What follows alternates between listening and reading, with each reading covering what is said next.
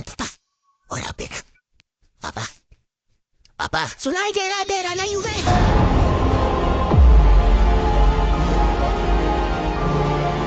Hello दोस्तों, मेरा नाम है राज और आप देख रहे हैं एनिमल 2023। स्टोरी की शुरू एक स्कूल से होती है जहां हम रणविजय नाम के एक लड़के को देखते हैं।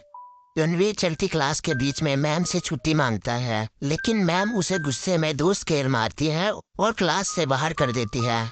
कुछ समय बाद स्कूल की छुट्टी हो जाती है और रणवीर भागते भागते घर जाता है क्योंकि आज उसके फादर का बर्थडे होता है। तो अपने पापा को घर जाके ढूंढने लगता है।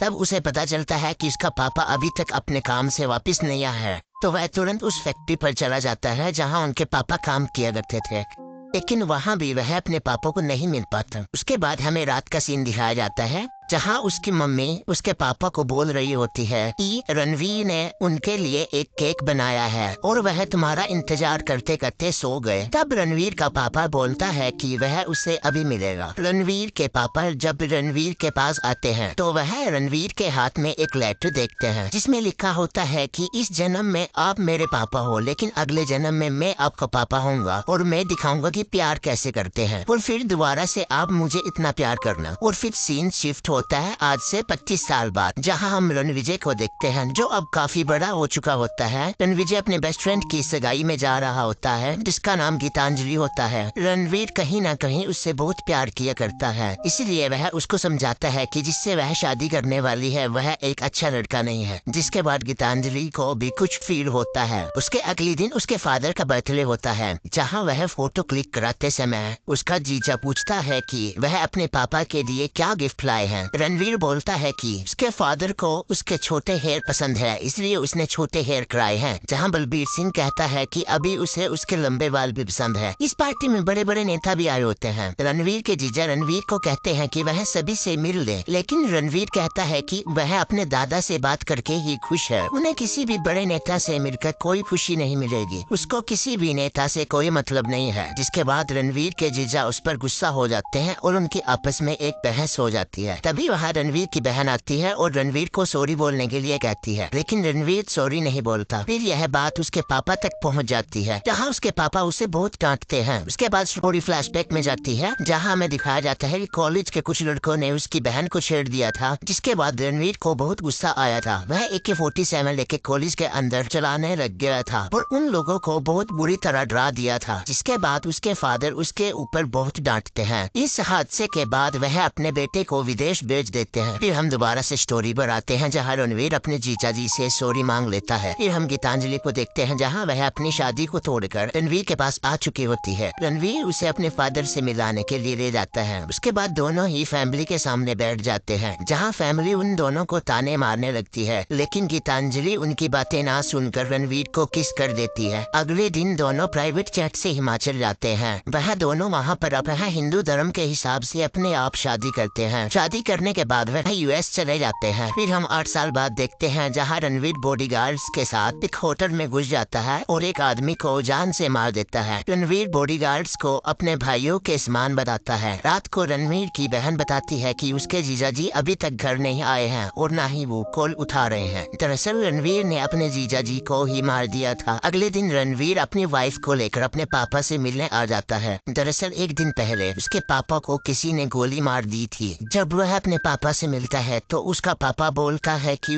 जब उसे पहली गोली लगी थी तो उसे तुम्हारा ही ख्याल आया था। उसे महसूस हुआ कि अभी तक उसने तुम्हारे साथ बहुत गलत किया है और मुझे ऐसा बिल्कुल भी नहीं करना चाहिए था। पापा का दोस्त बोलता है कि यह अटैक पहली बार नहीं हुआ, पहले भी कुछ गुंडों ने उसके पापा को मारने की कोशिश की थी। उसके पापा को गोली लगने के बाद उनके ऑफिस के सभी वर्कर डरे हुए हैं। उसके बाद वह पापा के ऑफिस जाता है और सभी वर्कर्स को मोटिवेट करता है और बोलता है कि जिसने भी उसके पापा को गोली मारी है वह उसे जिंदा नहीं छोड़ेगा। उसके बाद वह अपने दादाजी के भाई के पास चला जाता है अपनी लड़ाई में अपने भाइयों का साथ मांगने के लिए। पहले तो सभी भाई मना कर देते हैं, लेकिन दादाजी की एक आवाज में सभी के सभी हाँ बोल देते हैं, क्योंकि अभी भी उसके पापा की जान को खतरा होता है। इसीलिए वह उसके पापा के जैसे दिखने वाले बंदे को हायर करते हैं ताकि वह उस बंदे को ज्यादातर बाहर के कामों में भेज सके। लेकिन एक दिन गुंडे उसे भी मार देते हैं। यह सब कोई और नहीं बल्कि उसके जीजा जी करा रहे थे, जिस कारण से रणवीर ने उसे होटल में मार दिया। जिस पार्टी में रणवीर ने अपने जीजा जी को मारा था, उस पार्टी में एक बिजनेसमैन उसे ध्यान से देख रहा था। अब वह बिजनेसमैन रणवीर को मारना चाहता था। फिर हम रणवीर को देखते हैं जहाँ उसने बड़ी गन बनवाई होती है, जिसकी आज वह डिलीवरी लेने लग रहा था। लेकिन तभी वहाँ पर कुछ गुंडे हमला कर देते हैं। क्योंकि रणवीर ने आज चड्डी नहीं पहनी होती, तो वह मशीन देने वाले बंदे से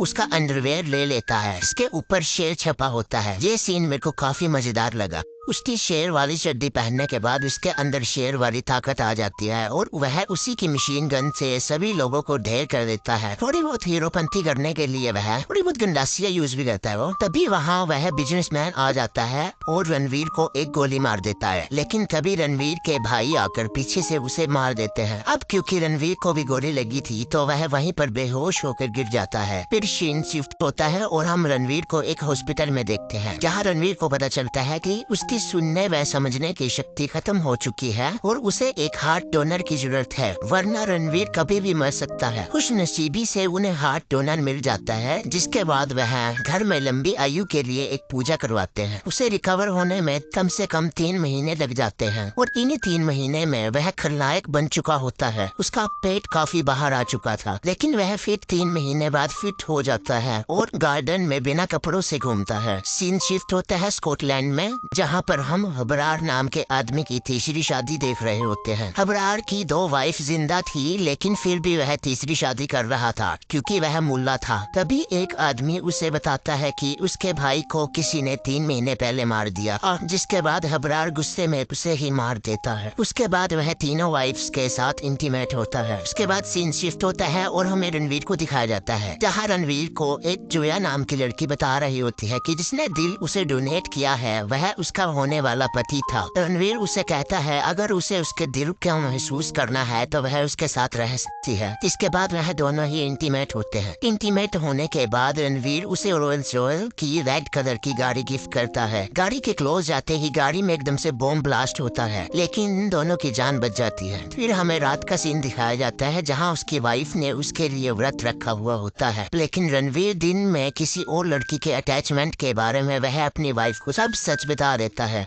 लेकिन उसकी वाइफ उस पर गुस्सा करती है और उसे डिवोर्स करने का फैसला लेती है, जिसके बाद रणवीर उसे कहता है कि यह मेरा प्लान का हिस्सा है। वो सच में उसे प्यार नहीं करता। फिर हम वो सीन देखते हैं जो मूवी के ट्रेलर में दिखाया गया था, जिसमें गीतांजलि बोलती है कि तुम्हारे पिता के लिए तुम्हारा प्यार रोग नहीं जोग है। काफी लोगों को यह डायलॉग समझ नहीं आया था, लेकिन वह रोग नहीं जोग बोला था। अगले दिन रणवीर जोया से बोलता है कि वह उस सच में बहुत ज्यादा प्यार करता है और वह अपनी वाइफ को तलाक देकर उसे शादी कर लेगा। इसके बाद जोया बोलती है कि वह हबरार की एक क्लाइंट है जो रणवीर की सारी इंफॉर्मेशन दे रही थी, और हबरार रणवीर के जैसे दिखने वाला शख्स इंडिया में भेजने वाला है और तुम्हें मारने के बाद तुम्हारी एक फैमिली मेंबर को मार दिया जाएगा। रणवीर बोलता है कि यह सब तो मैं पहले से जानता था, लेकिन मैं तुम्हारे मुंह से सुनना चाहता था, इसलिए मैं इतना तुम्हारे पीछे फिर रहा था। फिर रणवीर अपनी गाड़ियों के साथ स्कॉटलैंड पहुंच जाता है, जहां पर हम देखते हैं हबरार एक प्लेन में भागने लग रहा होता है, लेकिन रणवीर उसे चैलेंज दे देता है, जिसके बाद वह प्लेन से बाहर आता है और उसके बाद दोनों में भयानक फाइट होती है। रणवीर ने अपने बॉडीगार्ड्स को बिल्कुल गन चलाने से मना किया होता है और हबरार ने भी अपने दोस्त को गन चलाने से मना किया होता है, और अब इन दोनों की लड़ाई में से सिर्फ एक शख्स ही जीत सकता था। हबरार रणवीर को इतना मारता है कि उसकी तबीयत काफी खराब हो जाती है। उसके बॉडीगार्ड हबरार को मारने की कोशिश करते हैं, लेकिन रणवीर उसे मना कर देता है। फिर हबरार रणवीर की पीठ पर लेटकर एक सिगरेट पीता है। उसके बाद रणवीर दोबारा से खड़ा हो जाता है और दोनों की फाइट दोबारा से चालू हो जाती है, और फिर हमें ऐसा कुछ दिखाया जाता है जो हर मूवी में होता है। सबसे पहले हीरो मार खाता है और बाद में हीरो मार खिलाता है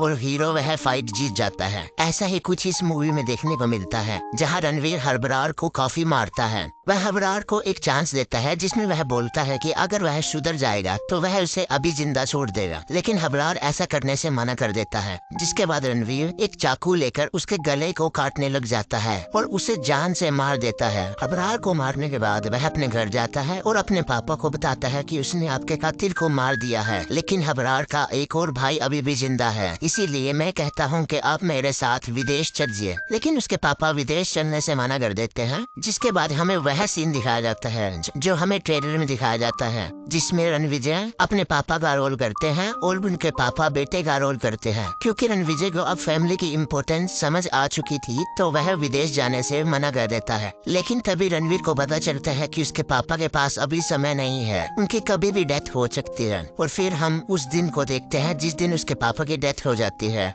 रणवीर काफी फूट फूट कर रो रहा होता है, वह अंदर ही अंदर काफी टूट चुका होता है। कुछ समय बाद उसके पास गीतांजलि आती है और वह कहती है कि वह बच्चों को लेकर वापस यूएस जा रही है, लेकिन रणविजय उसे कुछ भी जवाब नहीं देता। तब गीतांजलि चुपचाप वहाँ से जाने लगती है, लेकिन तभी रणविजय का बेटा गाड़ी से उतरकर भागते भागते रणविजय के पास आता है और उससे गले मिल जाता है। जिसके बाद रणविजय अपने बच्चे को अपने बाप के रूप में देखता है और उसे गले लगाए बहुत प्यार दिखाता है। और अब हम मूवी के एंड में एक और ट्विस्ट को देख रहे होते हैं, जहां इंडिया में अबरार का भाई आ चुका होता है और उसकी शक्ल बिल्कुल रणविजय जैसी लग रही होती है। वह रणविजय के एक बॉडीगार्ड को मार देता है और यहाँ हमें पता चलता है कि इस मूवी का सेकंड पार्ट भी बनाया जाएगा। वैसे दोस्तों, आपको मूवी कैसी लगी? अगर अच्छी लगी हो तो वीडियो को लाइक कर देना और चैनल को सब्सक्राइब कर देना। और हाँ, आप अपने पापा को कितना प्यार करते हो कमेंट में जरूर बताना। Thanks for watching.